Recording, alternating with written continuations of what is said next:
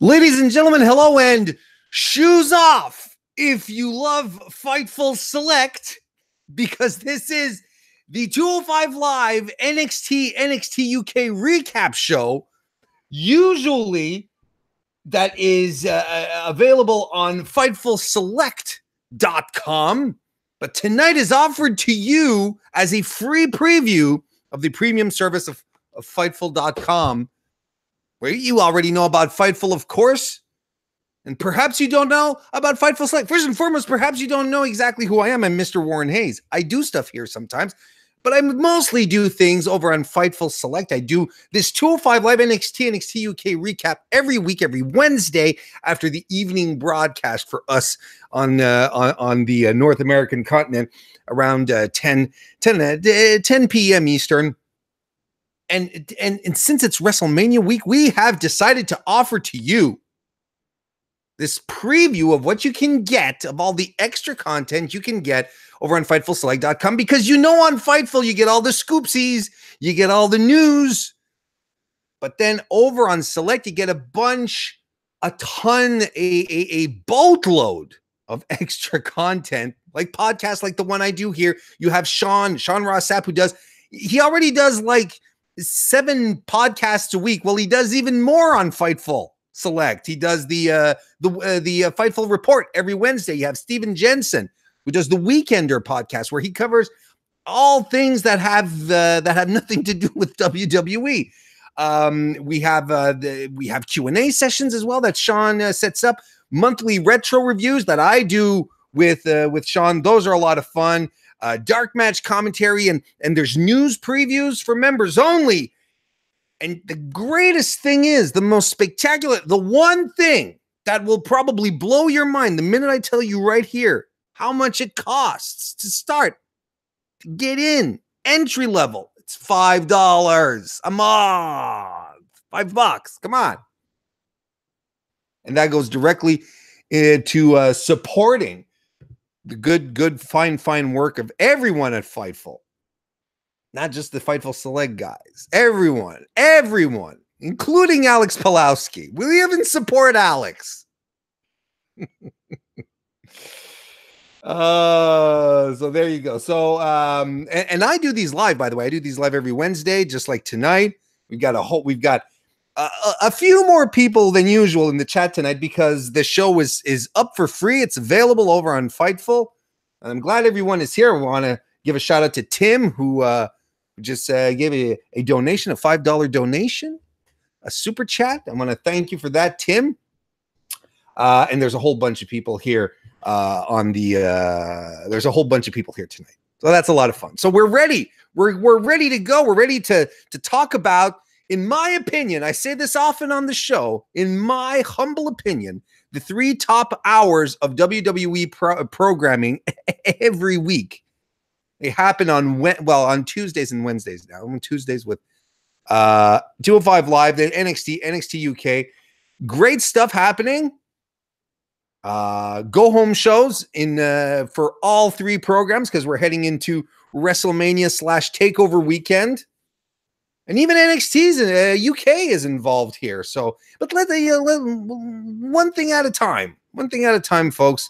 Let's get to it here, and we'll start by talking about 205 Live. That opened up this evening with we started off tonight with a showing from Kalisto, because of course, you know, an episode of 205 Live isn't a real episode of 205 Live if it doesn't start with the Lucha House Party. Am I right? Only this time, instead of Kalisto, this is apparently a new thing. They started giving a live mic to the Lucha House Party. I think it started last week, if I'm not mistaken. This week they gave it to Lindsay, and he's getting the crowd hyped up. They do their new pose. They do like a Lucha House Party pose. It was just kind of like, you know, Power Rangers thing together.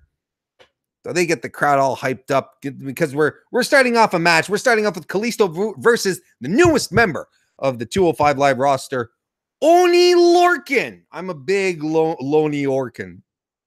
I'm a big Only Lorcan guy. I really, really like him. I hope he does well in 205 Live because I'm going to miss Lorcan and Birch on NXT. I'm going to tell you that much. Lindsay has a mic and gets the crowd hyped up, like I said, but Lorcan, when the bell rings, Lorcan gets right into it, and he goes straight after Kalisto with a European uppercut and rams Kalisto into the turnbuckle. He hits a suplex and into a pin, covering Kalisto, who kicks out at 2. He goes immediately, very soon in the match, for his half and half suplex, but it's blocked. And Kalisto arm drags through it. Kalisto then rolls up Oni into a pinning combination, but only it gets 2. Kalisto has a misstep on the springboard arm drag. He sort of tries to do this bouncy thing. I don't even know if he's done it properly since he's tried doing it, where he basically wrist locks a guy and he tries to walk the ropes and bounce off the second onto the third and then back on the second. I don't know exactly what he's trying to do, but it seems to me he's been failing it quite a bit. And tonight, well, it was particularly whiffed is the word I was looking for. So he misses that, but still nonetheless, Oni Lorcan rolls out to the outside of the ring. Kalisto follows up with a basement drop kick. Back in the ring, hits a springboard cross body, covers Oni, but only gets 2. Lorcan dumps Kalisto over the top rope to the outside. Follows him to the floor. Lorcan then hits a chop, throws Kalisto into the barricade. And then something that you don't see very often on 205 Live, the match gets interrupted for backstage happenings. That's something that I'm not familiar with. That I was taken by surprise. It was kind of like Mandy Moore shocked in a hotel room. But we cut backstage to see Buddy Murphy arriving, and he's mad and he's looking for Tony Nese because Tony Nese blindsided him last week while he was at the Performance Center in Orlando.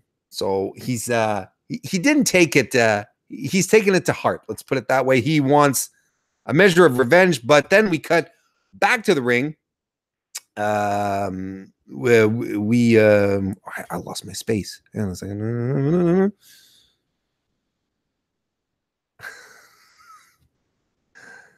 I'm sorry. I completely lost my spot on my notes. This is dumb.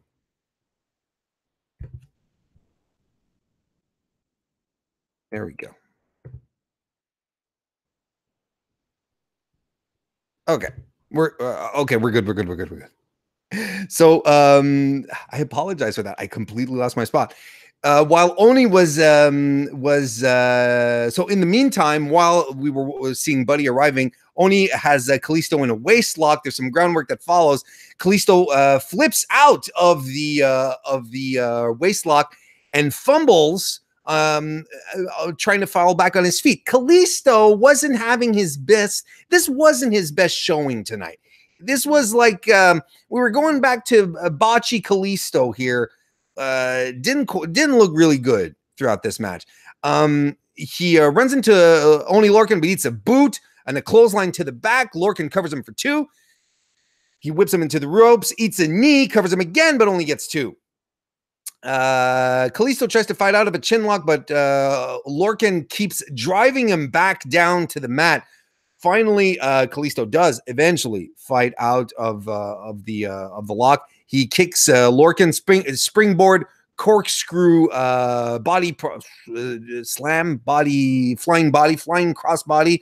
Super kick follows, and Lorcan hits the half and half on Kalisto, but he lands on his feet. Oni's up on the apron, eats a big kick to the face. Kalisto goes for a Rana, probably maybe a snap Rana because it was sort of between the second and third ropes, but he completely whiffs that as well. Like I said, it wasn't good. It wasn't a good evening for Kalisto here.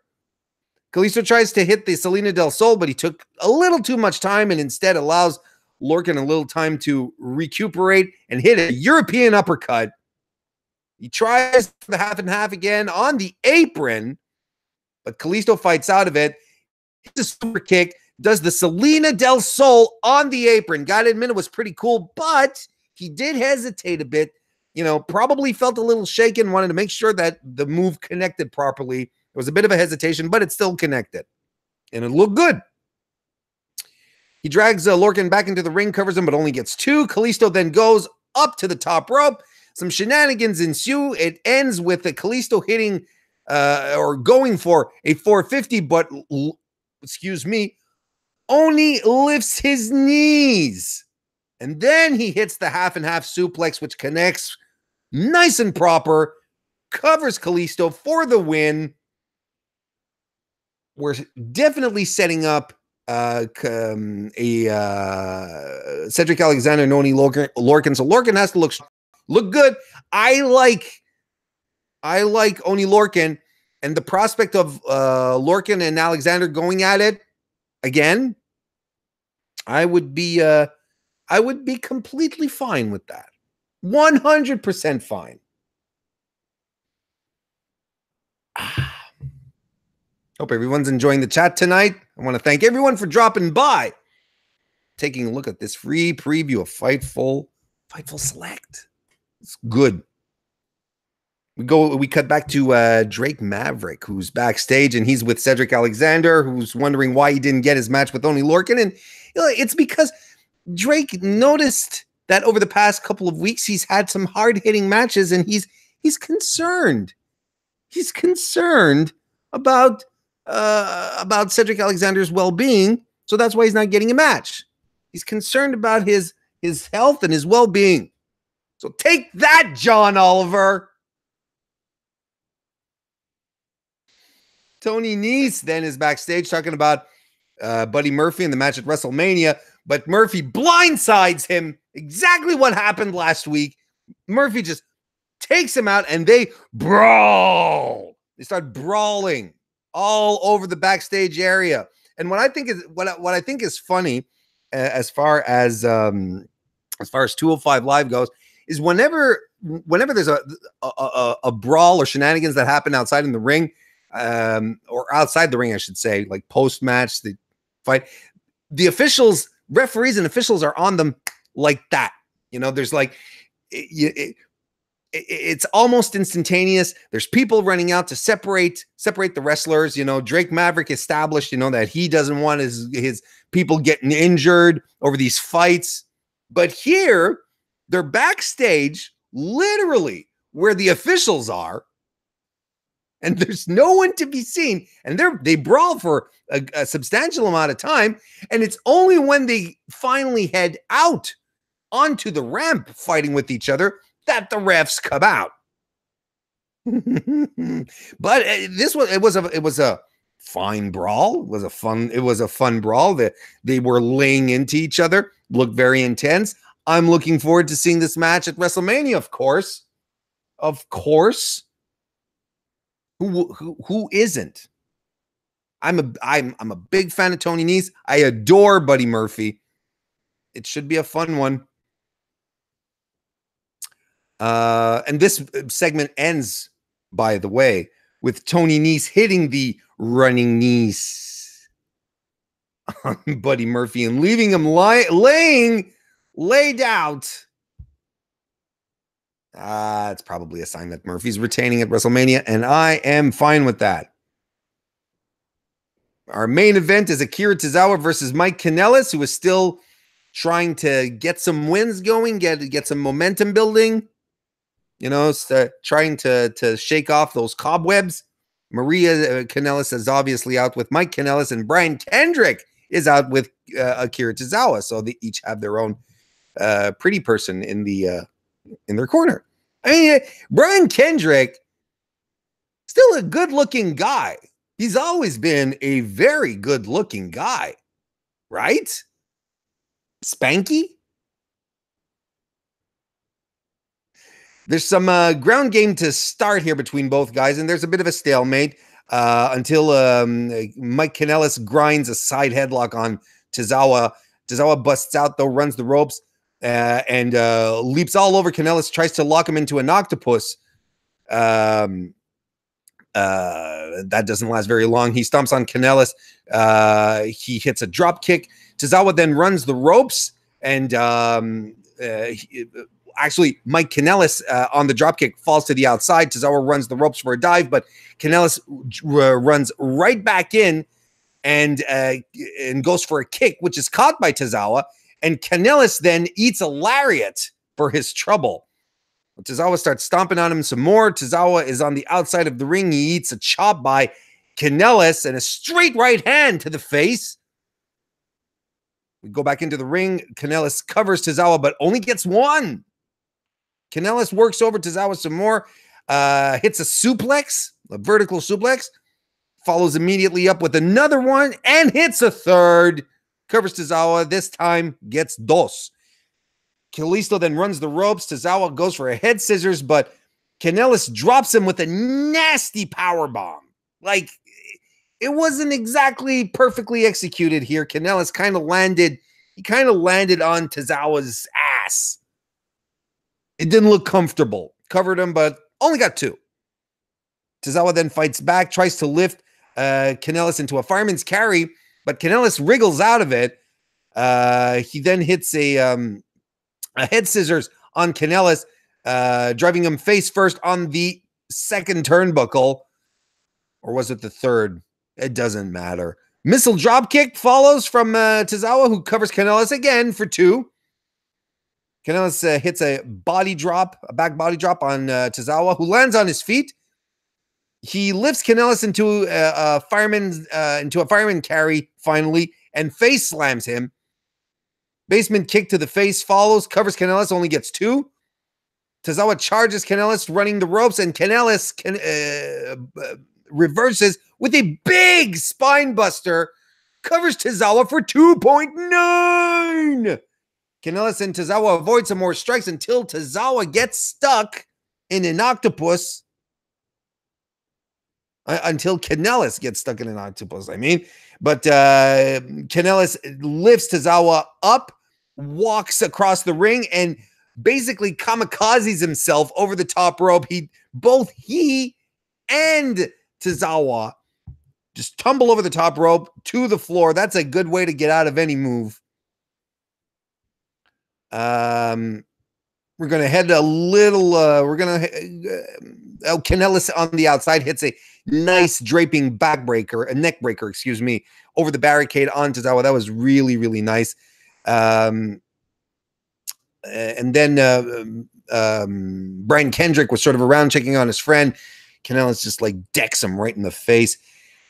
We get back into the ring. Some more top rope shenanigans ensue, and it ends up with a top rope hurricane rana by Tozawa, who covers Kanellis for 2.9. They lay chops in on each other until Tozawa does the fake out straight jab routine.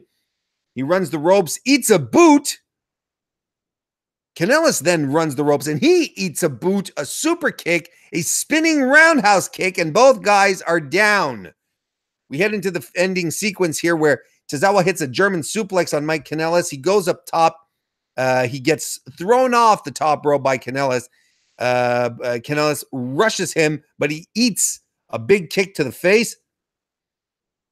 And then Tozawa goes for a sunset flip on Kanellis, who reverses it into a pinning combination of his own. He reaches out to grab Maria Kanellis' hands for extra leverage, but something happens. The ref gets distracted, or at least maybe he was supposed to be distracted by Kendrick. Brian Kendrick was doing something off camera. There's something we didn't quite see happen.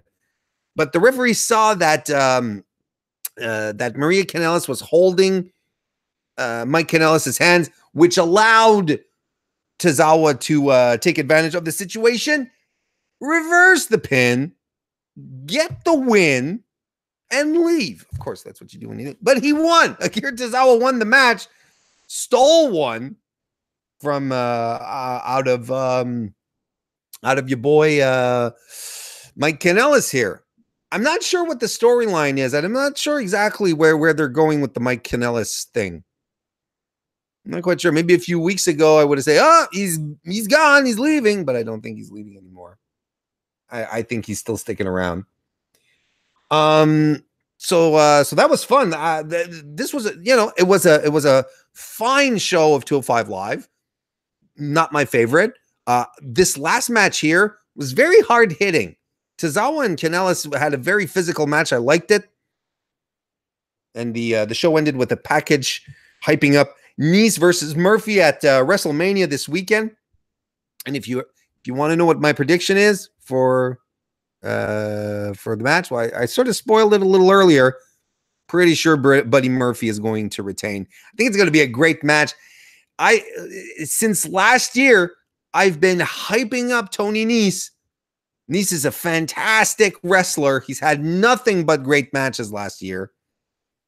And it's going to go on. I'm pretty sure we're going to get blown away. We're going to discover a side of Tony Nese that we haven't seen yet. Buddy Murphy's going to pull the best out of him, but Murphy's retaining. He's the final boss of 205 Live, and I don't see who can beat him just yet. Got to be honest, it is not going to be our boy Anthony Nese. Next, let's move on to NXT. Short episode overall tonight. Wasn't much going on. A lot of hype. It's okay. Not complaining. Yet. Match started off with the War Raiders, who come out to fight a couple of jabrones. And the enhancement talent get a very sympathetic "Let's go jobbers" chant from Full Sail. You got to love that. I mean, there's not much to the match here. Just a lot of power moves by the War Raiders, and they do the pop-up power slam, which looked particularly fierce. Good job, jabronis, making that offense look ridiculously good. They get the pin here, grab a mic, and they say that they're sending a message to Aleister Black and Ricochet. And they basically say, send out the other team. Now this is interesting. A double squash match. But I mean, it's not as much a squash match as the first match. And I don't know, Chad. I don't know if you guys, I don't know if anyone in the chat noticed. I didn't pick up on it. If there was, if the first set of enhancement talent had names, like I don't even think Morrow reference to either of their names, and usually Mauro Ranallo is pretty good with that. I don't know who these guys were. So I was like, okay, quick squish squash, that's it, we're gone.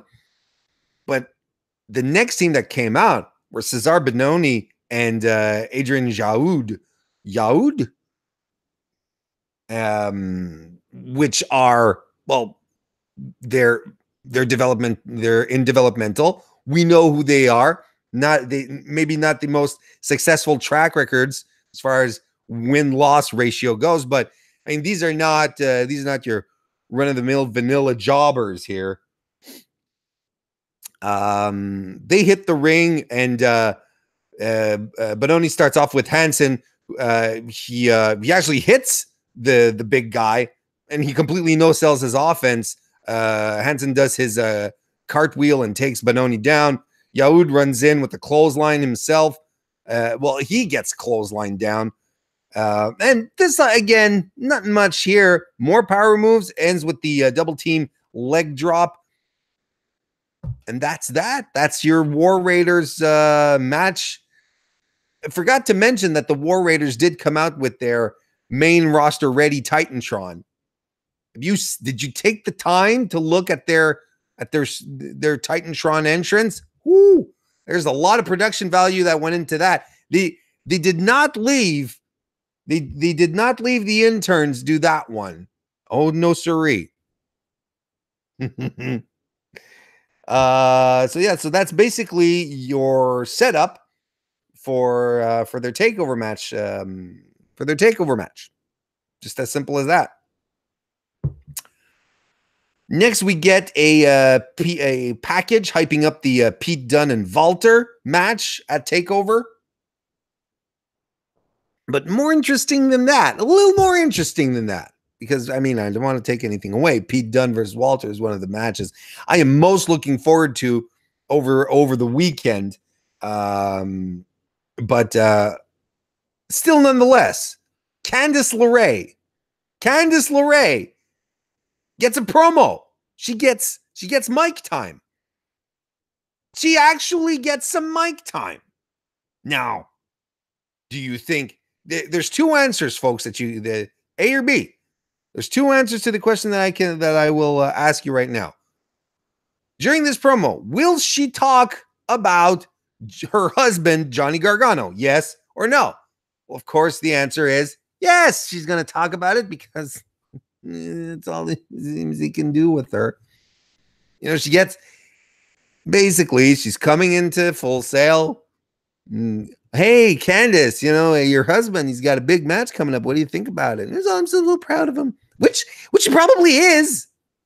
I mean, I'm sure she's very supportive of what he does. I mean, it's important to have someone close to you in your life who supports your wacky decisions, you know, whether it is to become a professional wrestler or eat 5 chocolate sundaes in a row. You just want someone to tap you on the back, pat you on the back and say, hey, good job. Good job. You know, maybe you could have stopped at 4 Sundays, but you decided to go for 5. I salute that. Good job. So basically, what happens here in reality is that you have in the background Vanessa Bourne and Aaliyah, who are sauntering around, maybe looking to. I think they're just looking for to do nothing good. They're just up to no good. They're just screwing around in the back there, looking for an opportunity to create some mischief.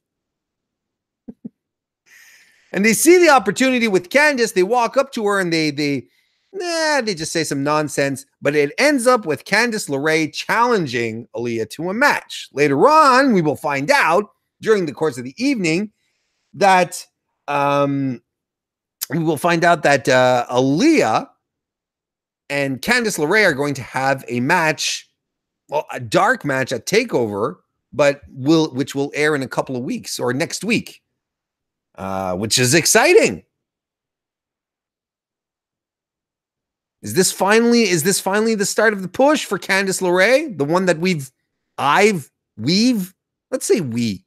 I like to feel like I'm not alone in this. Is this the push that we've been waiting for Candice? Are we finally going to get it instead of some kind of weird mid-card feud with Lacey Evans? Hope so. And fingers crossed, hopefully they'll leave the doting wife stuff aside. That's just me. Just like Sports Things Show said in the chat, Candice Wrestling is coming, but we can call her Candice LeRae. That'll be fine as well. But I'm just glad that if this is the plan that they're going to start pushing the girl. Can't wait to see her tear it up. Next match of the evening, we have Oney Lorcan. What? I just talked about him on 205 Live versus Jackson Riker. Ugh. That's not fair. That's not fair. He's that was a bit of an editorial. I'm not a big fan of the Forgotten Sons. As anyone who watches my usual 205 Live NXT UK recap show on Fightful Select, no.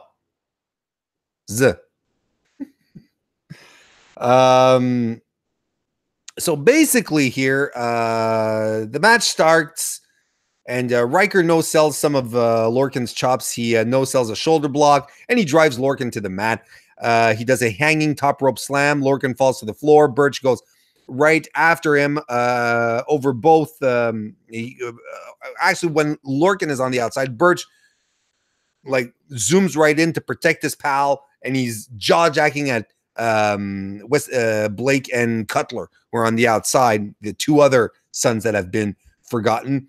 And he's like, come on, you want to do something about it? You know, making sure that they don't mess with Oney. That's what a good team does. God, I'm going to miss these guys together. I really am. Big series of huge forearms to Lorcan's back when he gets back into the ring by Jackson Riker. Top rope shenanigans then occur that end with Lorcan diving off, but Riker avoids the dive and Lorcan face plants. He gets him back up. He being Riker gets Lorcan back up and hits a messy gutbuster over his knee, covers Lorcan for 2. He whips Lorcan into the ropes, knees him right in the stomach, picks him up, and puts him in a bear hug. A bear hug. Now, if you're new to Mr. Warren Hayes and his 205 Live NXT UK recap shows available on FightfulSelect.com, subscribe today, $5 a month, and you know that I am not a fan of bear hugs. I think there was a time in wrestling history where the bear hug had its place. But these days, I don't think it does. I think it's a silly move. It's unconvincing.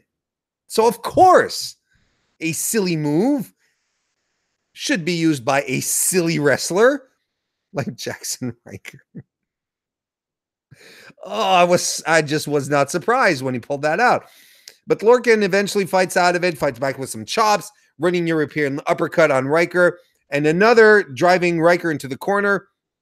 Oni crashes into him a couple of times in the corner, but Riker rushes out one last time and hits his sit-out spine buster. That looks good. I like the sit-out spine buster. That's a primo move. But as for the rest, I don't know. Good on Oni to try to have gotten as much as he could out of Jackson Riker, who got the win.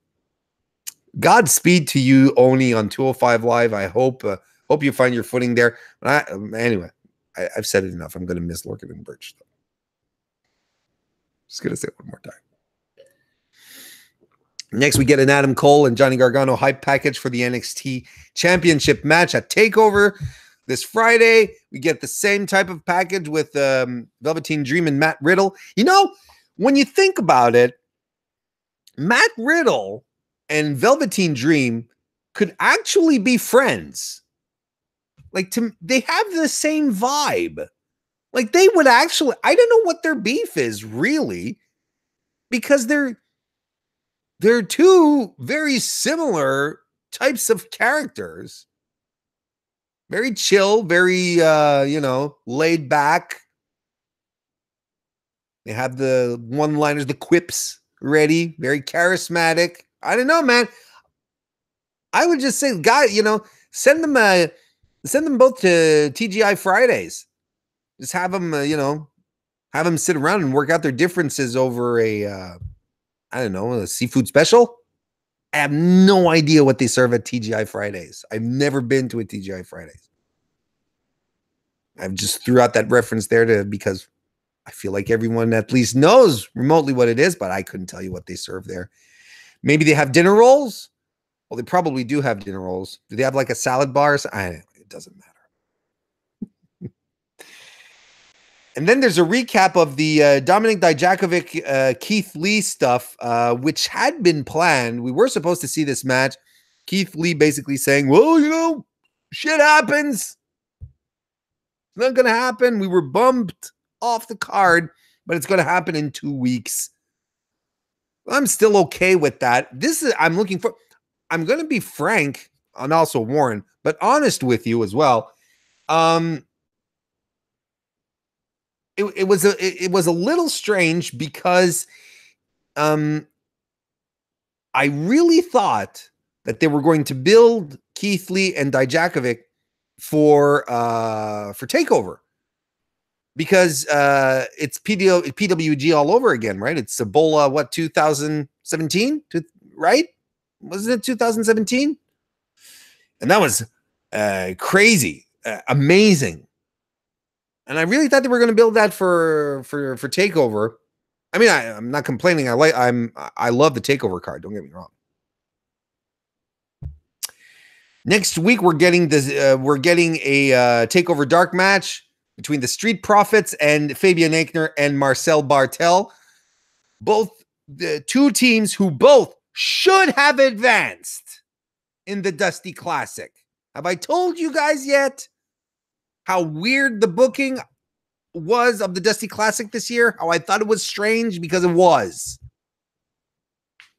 The Forgotten Sons going to the finals? Come on. You've got teams which are much more over than that, such as the Street Profits.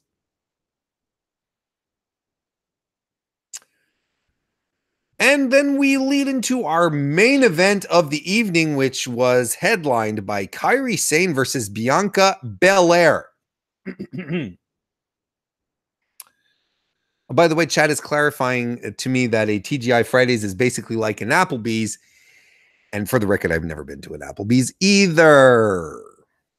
There's in my part of the Great White North, there are no Applebee's, no TGIFs, no Chipotles, or to me, they're the stuff of legend. I just hear people talk about it, and I've never seen any. So for all I know, Bigfoot eats there. So Kairi Sane versus Bianca Belair. Belair starts off locking in a full Nelson. I go out, John, there's just none around here. I could name you restaurants that you... Oh, never mind. Kairi powers out of the full Nelson, but Belair shoulder blocks her down to the mat. Kairi fights back with a huge forearm on Belair.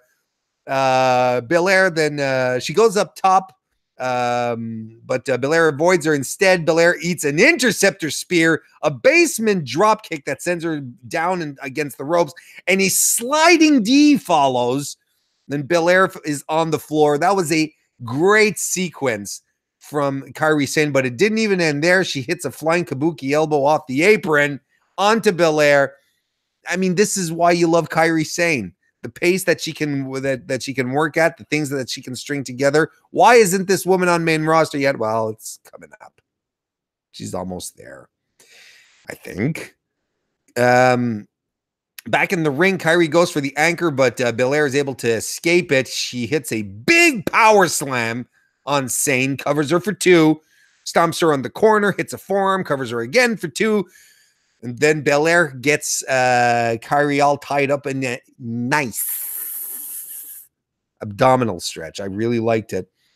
Pendulum backbreaker by Belair follows, covers Kairi, but only gets 2 again. She hits a snap suplex, does a kip up, and covers Kairi with just 1 foot, going, ahoy! Oh, that was a very arrogant cover. Of course, Kairi kicks out, but she only kicked out. She kicked out at 2. Kairi, come on. Come on now. Kairi then hits a drop toe hold on Belair, and then she locks her up into an octopus stretch. But Kairi releases the grip, goes up top. She she jumps off with a crossbody, which is caught by Bianca, who just tosses her over in a fallaway slam. She goes for a splash, but Sane lifts her knees. She kicks Bianca to the outside of the ring. Bianca then goes for a suplex, and it's reversed into a brain buster by Sane. And Sane goes in with some chops. A dragon screw leg whip follows. Axe kick to the back of Bianca. A couple of snapmares follow. And Kairi then decides to walk the plank. Hits another sliding D. Hits another flying elbow on Belair from the top. Covers her, but only gets 2. A little later on, we get some top rope shenanigans with Belair and Sane. That ends with what commentary called a seated superplex by Belair. She sort of gets tied up like in a tree of woe as she's tossing her over. Was it intentional? Was it not? Look, it looked cool.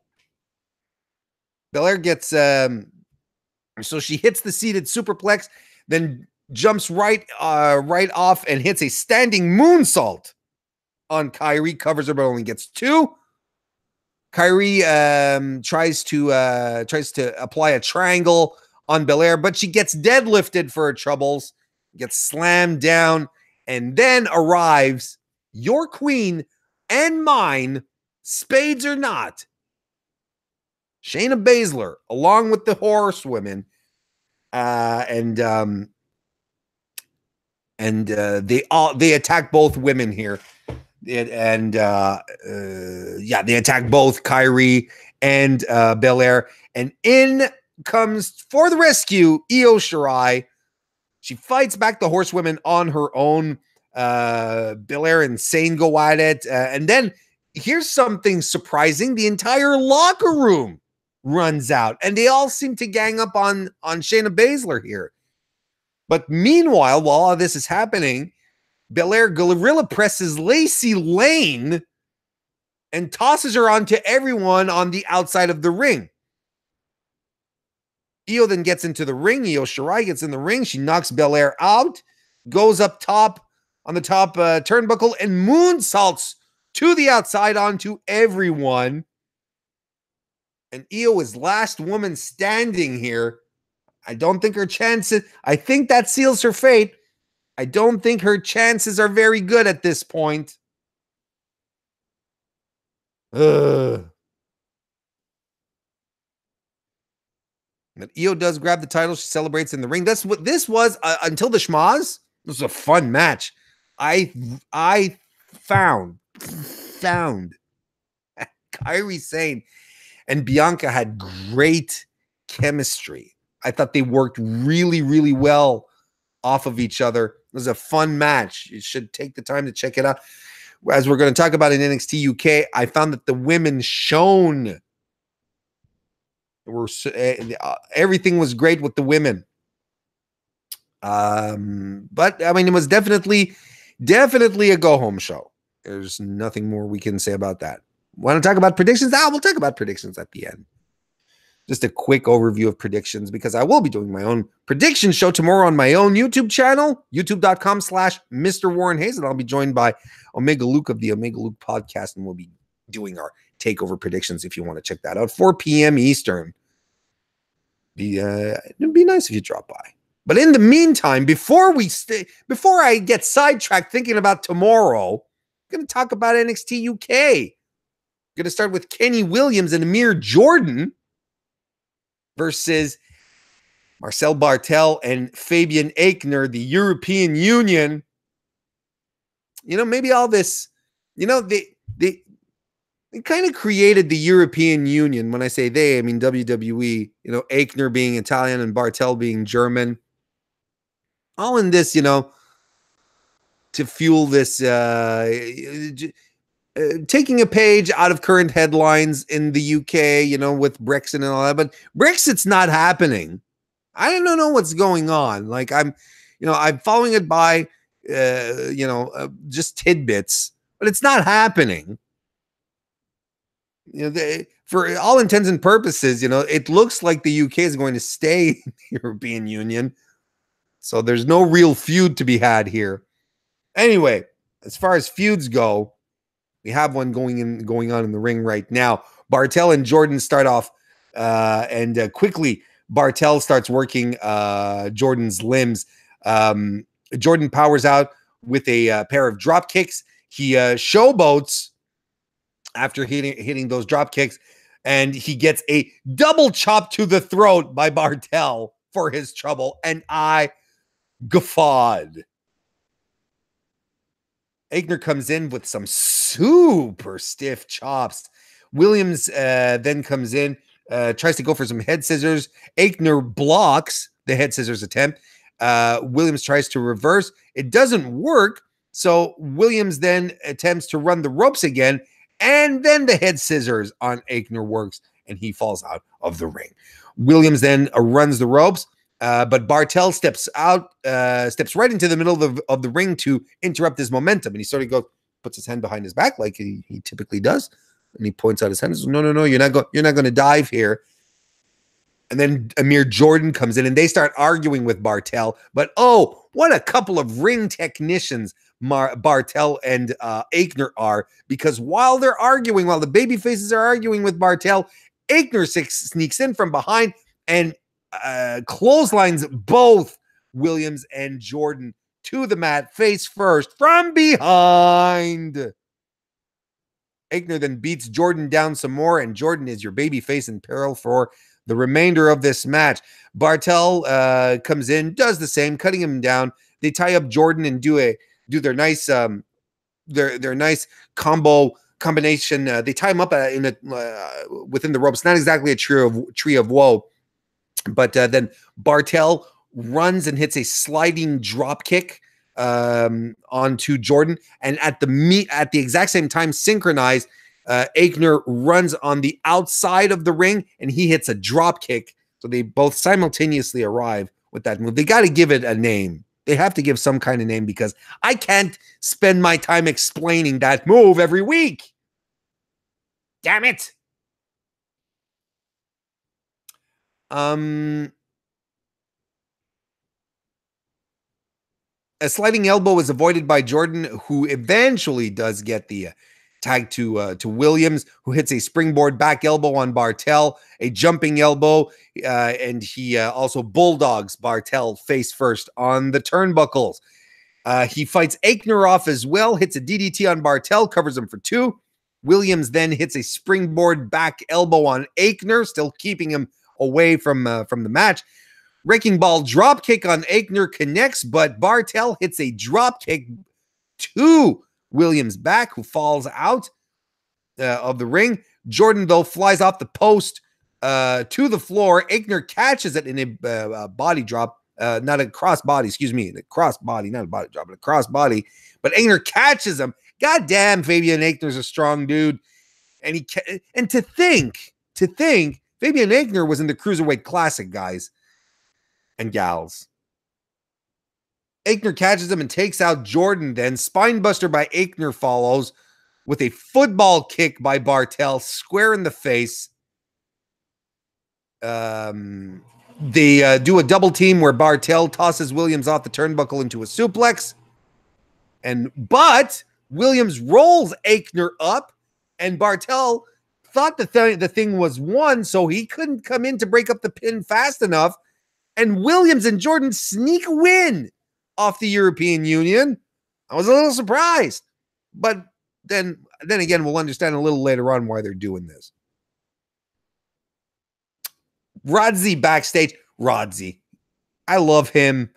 Rodzi is backstage and he interviews Rhea Ripley about Piper Niven, and they're chatting about dominant females. And I said this last week, and I'm going to say it again. Sign me up for Piper Niven versus Rhea Ripley. You know what? Just let them fight the whole year. Let's have a 12-month-long feud. Let's lead us into WrestleMania next year with that. I am going to be crazy. Crazy, crazy. Next we have, next, NXT UK General Manager Johnny Saint is there, along with Sid Scala. Now, again, if you are watching this for the first time, taking advantage of the free preview of FightfulSelect.com, subscribe today, $5 a month. If you are taking advantage of this today and this is the first time you watch me do my 205 Live NXT UK combo, you do not know, I should say, since it's the first time you're watching, you do not know that I have been counting the number of words that General Manager Johnny Saint has been pronouncing since the beginning of the year. Because I quickly realized last year that he would cut promos, they'd be terrible, and then they gave him Sid Scala basically to be his mouthpiece. So the general manager basically has a manager, if we're talking wrestling terms, who speaks for him. So right up until this moment here, since January 1st, 2019, the general manager of NXT UK has spoken a total of 45 words. And now he's being interviewed. And I'm going to need your help here, Chad, if you want to jump in here. The interview Johnny Saint and Sid Scala about the takeover match for the UK Championship, and Johnny Saint says, "This is a huge opportunity for NXT UK," and then he passes the the microphone to Sid, who basically handles the rest of the promo. Now, this is a huge opportunity for NXT UK. Now, is that, chat, chime in here, let me know, is that 7 words, NXT UK, or 8 words? Let's have it. Let's decide on this. Let's put it to a vote. There we go. Okay, so yeah, let's see here. So basically, talking about the takeover match, Jordan Devlin interrupts, though. He arrives out of nowhere. The Irish Ace, my boy.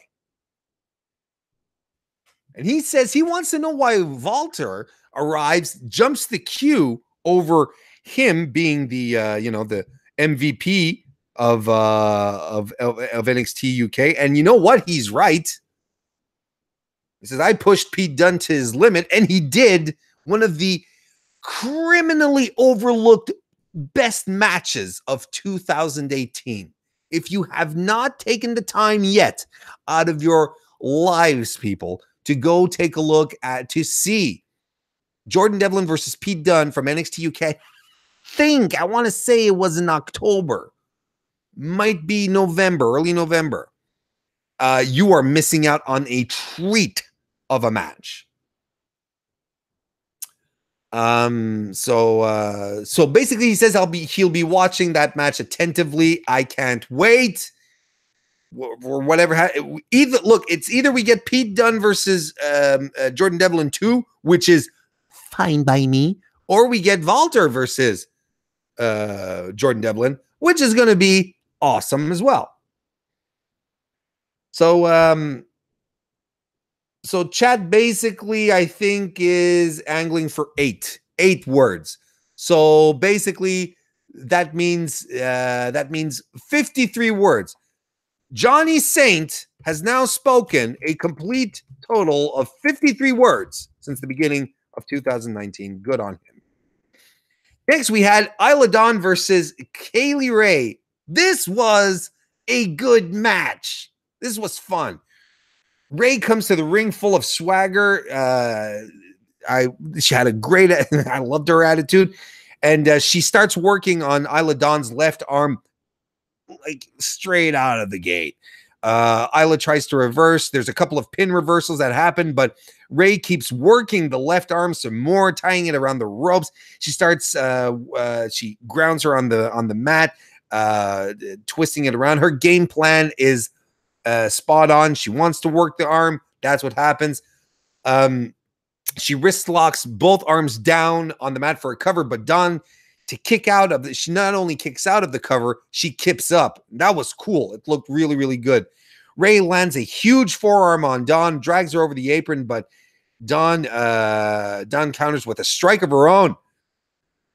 Isla Dawn tosses her into the ring, but Ray immediately dives right back out onto Dawn. I like that. You don't see that kind of offense really often.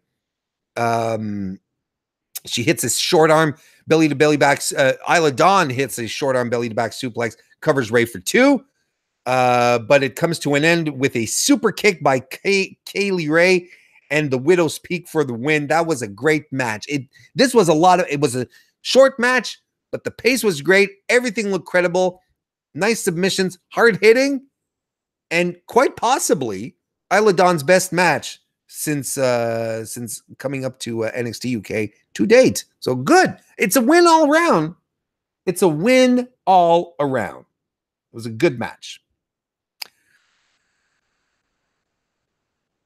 Next, we have Toni Storm and Jinny going at it. Jinny is allegedly out with an injury, by the way. Her status for the WrestleMania tapings at Access this weekend is currently up in the air. We're not quite sure what's going to happen there. It's at these tapings that she's supposed to that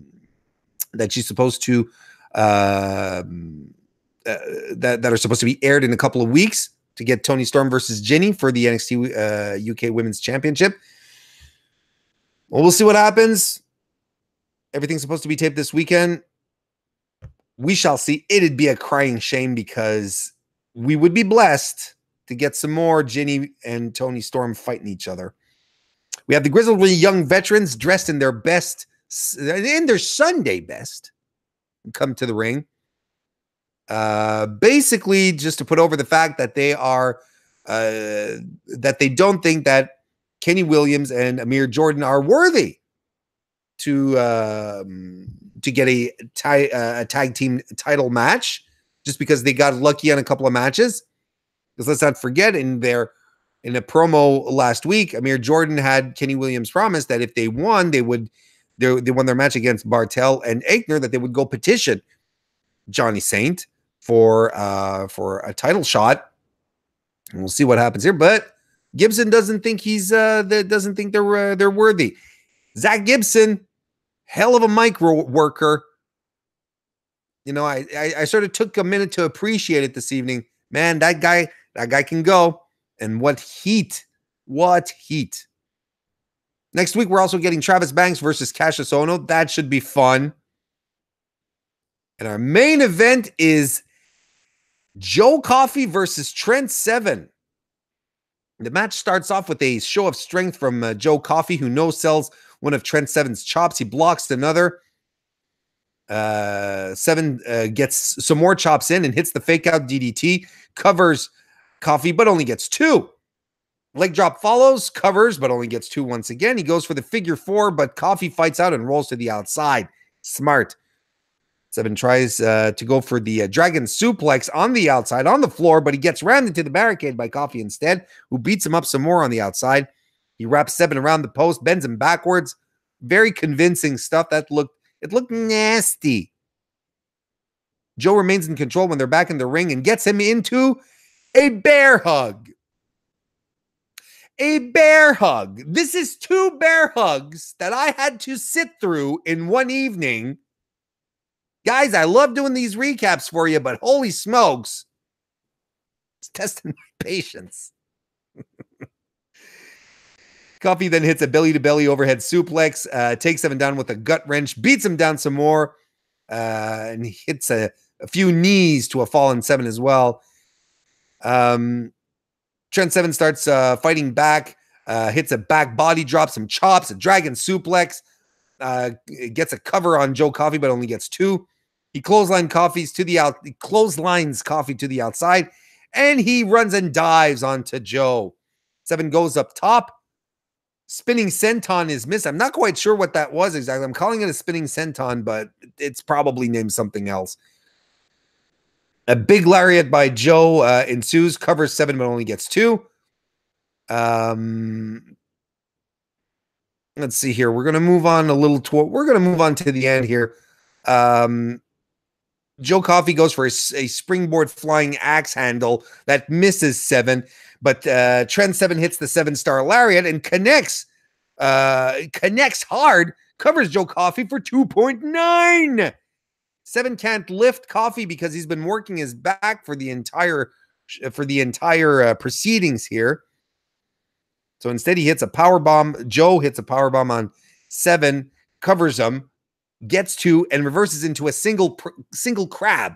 And here Trent Seven tries to reach the ropes, but Coffey drags him back into the middle of the ring and cinches in a full Boston Crab.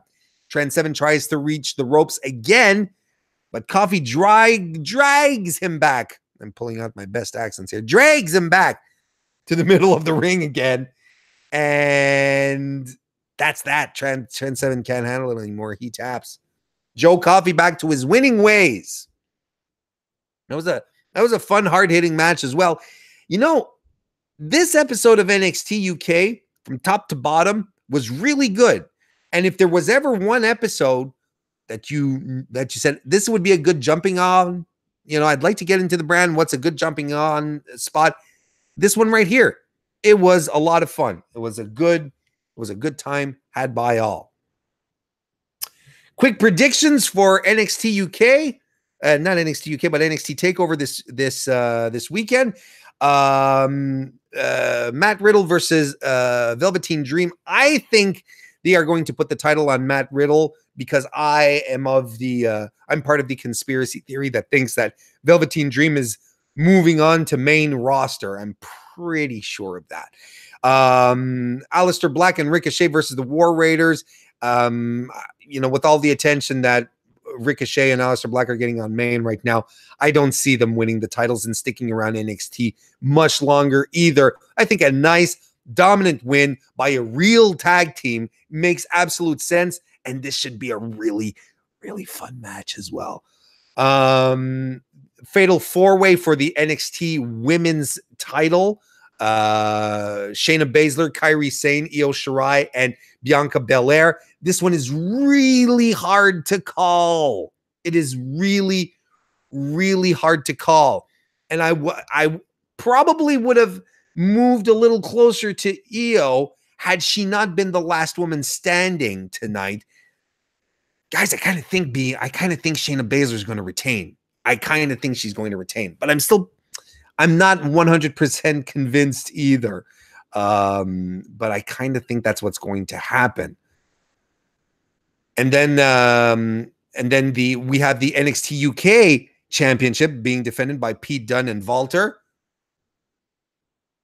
I think Walter is going to win because he is the most credible opposition that Pete Dunne has had to date.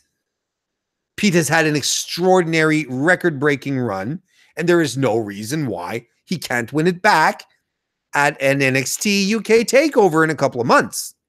So I think Walter is walking out of New York with the title in a badass, brutal match where Pete Dunne's chest is going to be reduced to mincemeat.